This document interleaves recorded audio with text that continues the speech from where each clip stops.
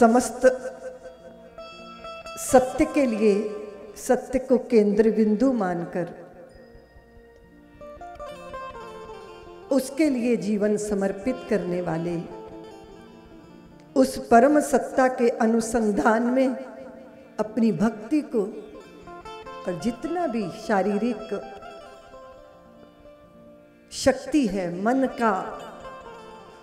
की ऊर्जा है और बुद्धि की कुशलता है, उसे समर्पित करके धर्म साधन करने की भावना रखने वाले सभी माताओं बहनों, हम बड़े सौभाग्यशाली हैं।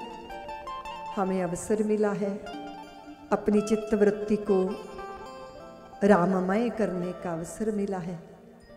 हमें अवसर मिला है अपनी श्वासों को हरि भक्ति के रंग में रंगने का अवसर मिला है।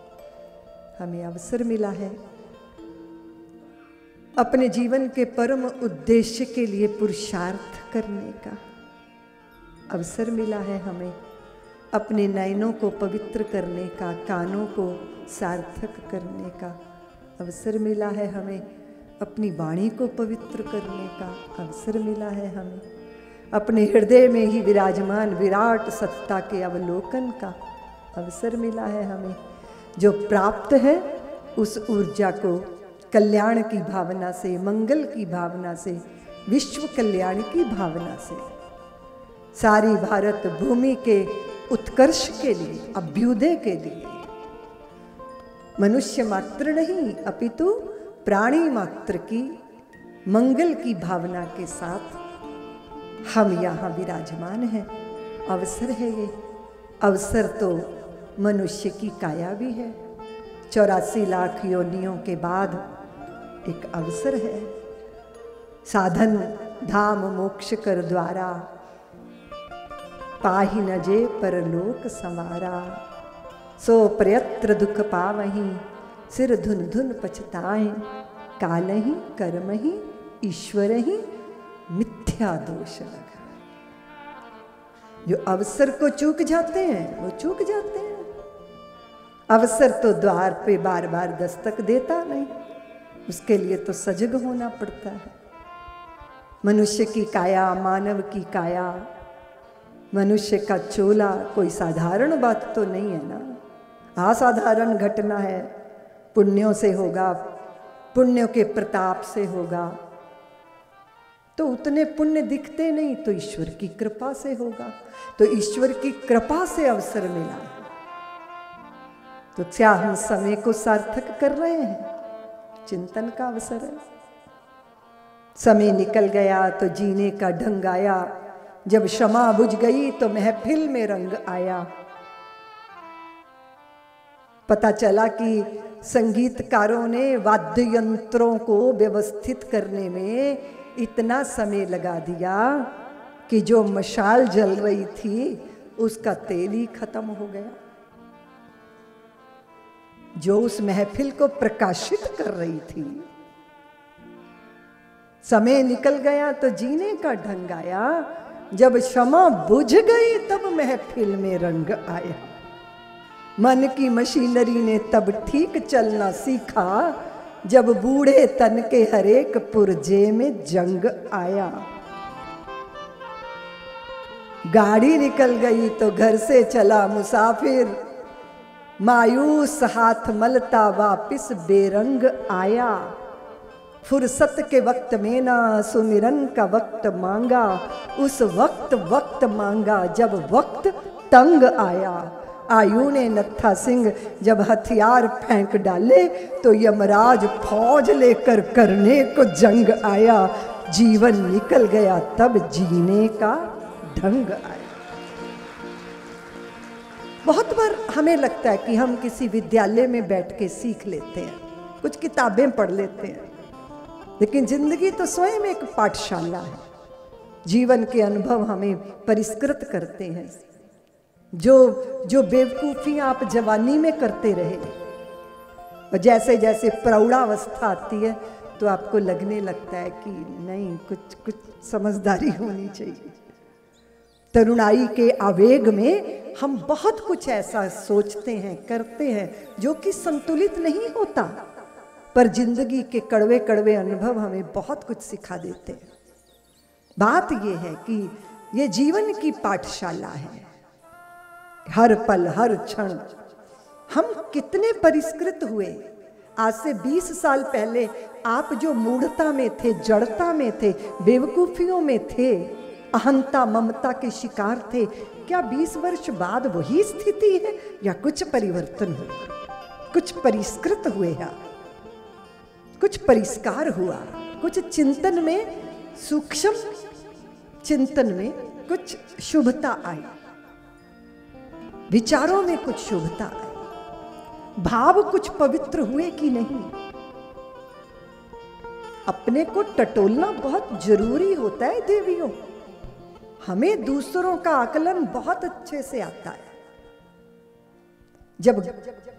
जब विषय हमारा हो, किसी दूसरे का हो, तब तो हम बहुत जल्दी जज बन जाते हैं, और जब विषय अपना हो तो हम बहुत जल्दी वकील बन जाते हैं। दूसरों का आकलन दूर बैठ के कैसे करोगे भाई? क्या उसके अंतःकरण को जानते हो? क्या उसकी विवशताओं को जानते हो? क्या उसकी दुर्बलताओं को जानते हो? आपने उसका बाहरी देखा, बस उसका बाहरी आचरण देखा, व्यवहार देखा, और आपने उससे उसके बारे में फैसला ले लिया। वो आपका फैसला उचित होगा ये जरूरी नहीं है। लोग कहते हैं कि आंखों की देखी सच माननी चाहिए। आंखों की देखी सच होती है क्या हमेशा? लोग तो ठूंठ में भूत देख लेते हैं, लोग तो रस्सी में सर्प देख लेते हैं। आंखों से तो जब कार में यात्रा करते हो तो सड़क पर जल देख लेते हो। मृग मरीचिका इसी को तो बोलते हैं ना। तो क्या आंखों से देखा सही होता है? जरूरी नहीं है कि हर बार आंखों से देखा सच ही हो, क्योंकि आवृत हो जाती हैं आंखें। होता है कुछ, दिखाई कुछ और देता है। पूर्णिमा का चंद्रमा तो पूर्णिमा का चंद्रमा ही है ना देवियों।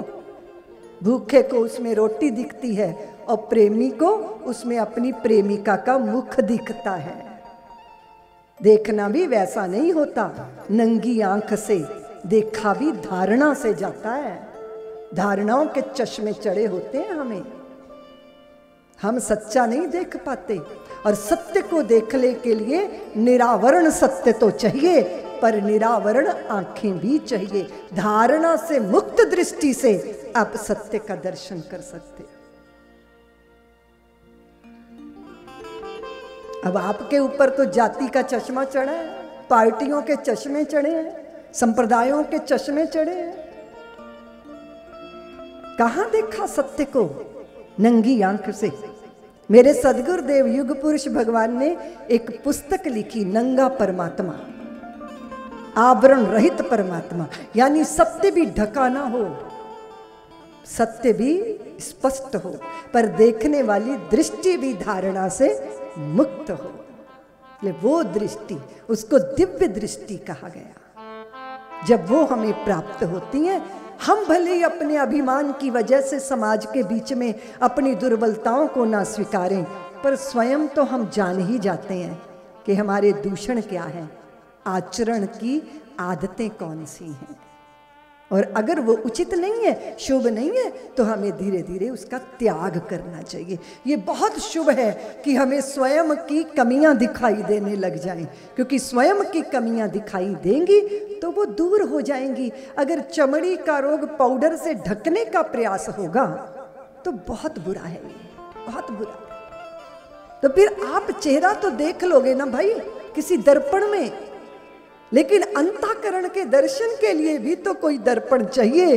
तो बस श्री राम कथा वो दर्पण है जिसमें हम अपने अंतःकरण का दर्शन करें। श्री राम कथा के दर्पण से हम स्वयं को देख सकते हैं, अंतर को देख सकते हैं, अपने भावों को, अपने विचारों के जगत को टटोल सकते हैं। हमारी काया की शुभता, हमारी काया की पवित्रता, हमारी काया का जो स्नान है जल से निश्चित हो जाता है, लेकिन ये राम कथा की सुरसरी धार में हमारा अंतःकरण शुद्ध होता है। उसमें डुबकी लगानी पड़ती है, उसमें उतरना पड़ता है। और फिर कैसी सुरसरी है ना, कैसी भागवत गंगा है, कैसी राम कथा की धार है, जो लखनऊ वालों के दरवाजे पे स्वयं चलकर आई है। बस अंजलि भर आचमनी तो करना है, अपने सर्वस्व को उतरने तो देना है। और इसके लिए स्वयं की निष्ठा चाहिए। बहुत सारे लोग हैं, उनको तो कथा श्रवण करना ही समय की बर्बादी लगती है। अब जिनको रोग हो जाता है ना, रुचि का रोग हो जाता है, उनको गुड़ भी कड़वा लगता है ना, मीठी चीज खिलाओ तो भी। तो जिनके दिमागों में वासनाओं की जो है धूल पड़ी है, जिनको बस संसार की समस्त पुरुषार्थ दिखते हैं, लेकिन असली कार्य वो दिखता ही नहीं। असली कार्य है स्वयं को समझना, स्वयं को जानना, अपने अंतःकरण में, अपने अंतःकरण के परे की सत्ता का अवलोकन करना। ये दृष्टि कहाँ से मिलेगी? और देखिए जरा, दर्शन कीजिए, अगर आप पति पत्नी भी हैं, अग्नि की साक्षी में सप्तपदी ली है आपने, तो फिर आपका धर्म बनता है कि आप एक दूसरे के लिए धर्म का साधन बन जाए। आपने जिसका पल्लू पकड़ा है उसका उद्धार होना चाहिए ना, होना चाहिए ना। भारत की देवियां जब सुमुखी होती हैं, सुमुखी मतलब ये नहीं कि चेहरे की खूबसूरत, सुमुखी वो जिनकी वाणी से सत्य, प्रेम, करुणा, श्री हरि के गुणानुवाद, सबके प्रति प्रशंसा के शब्द, जो सब में सद्गुण देखती हैं, वो सुमुखी होती हैं। और वो सुमुखी देवियां अपने पति का भी उद्धार कर ले जाती हैं। और वो जो व्याकुल है, जिनकी चित्तवृत्ति वस्त्रों गहनों में है, वो अपने पति देव को काला बाजारी के लिए विवश कर देती हैं। वो कह देती हैं कि साधारण कमाई से बात नहीं बनेगी, थोड़ा काला काला कमाओ, ताकि मैं जो है ब्यूटी पार्लर में जाके गोरी गोरी हो जाऊं। तो किसकी जिम्मेदारी है? बोलिए ना, दाम्पत्य किसका खूबसूरत? और हमारे बाबा ने हमें कितना सुंदर दर्शन करवाया है। कल हमने देखा ना, भोले बाबा ने पार्वती जी का पानी ग्रहण किया है। विवाह के बाद क्या होता है, नव दंपत्ति के बीच में क्या होता है, और वो नव दंपत्ति जरा देखिए। वैसे तो ये पुराने हैं, बहुत पुरातन हैं, ये जन्मों जन्मों से साथ हैं ये, लेकिन हम मानवों के लिए एक दृष्टि दी है उन्होंने। देख लीजिए जरा, अवसर की तलाश में है वे। कौन? पार्वती अवसर की तलाश। पत्नियां अवसर की तलाश में रहती हैं कि जब मूड अच्छा होगा ना, तो हम कोई ना कोई अपनी इच्छा और कोई ना कोई अपना छिपा एजेंडा सामने प्रस्तुत कर देंगी। थोड़ा मूड अच्छा होना चाहिए, मूड अच्छा हो तब थोड़ी जेब हल्की करवाई जाए। लेकिन ये हैं भगवती जगदम्बा, पार्वती, अंबिका, उन्होंने अवसर देख लिया। अवसर क्या है? भगवान ने देखा कि पार्वती थोड़ा मंद मंद मुस्कुराते हुए मेरे सम्मुख, उन्होंने कहा ये देवी वाम भाग में विराजमान हो जाइए। बस यही तो वो चाहती थी, क्योंकि सती होकर उनको वाम भाग का अधिकार खो गया था। जहां संशय थे, जहां संदेह था। देखो, अपने पति देव के आराध्य के प्रति श्रद्धा रखनी चाहिए। वो जिनको प्यार करते हैं ना, सती शंकर जी को तो प्रेम करती थी, पर राम जी को प्रेम नहीं करती थी। और राम जी शंकर भगवान के आराध्य, कैसे बात बनेगी? और बहुत लोगों के घरों में लड़ाई इसीलिए हो जाती है कि कोई किसी गुरु से दीक्षा ले लेते हैं, कोई किसी गुरु से दीक्षा ले लेते हैं, तो घर में जो है रार सी मच जाती है। तो ये जो है पूरी प्रक्रिया में से गुजर कर तपश्चर्या की योग अग्नि में से जलकर निकली हैं वो। और पार्वती बनी तो तपस तेज से, अंतःकरण पवित्र हुआ है। समझ खूबसूरत हो गई। ये तो उनकी लीला है, हम सब मनुष्यों को बताने के लिए। सब्सक्राइब करें साध्वी ऋतंभरा जी के YouTube चैनल को और हमारे वीडियोस को सबसे पहले देखने के लिए बेल आइकन को दबाना ना भूलें।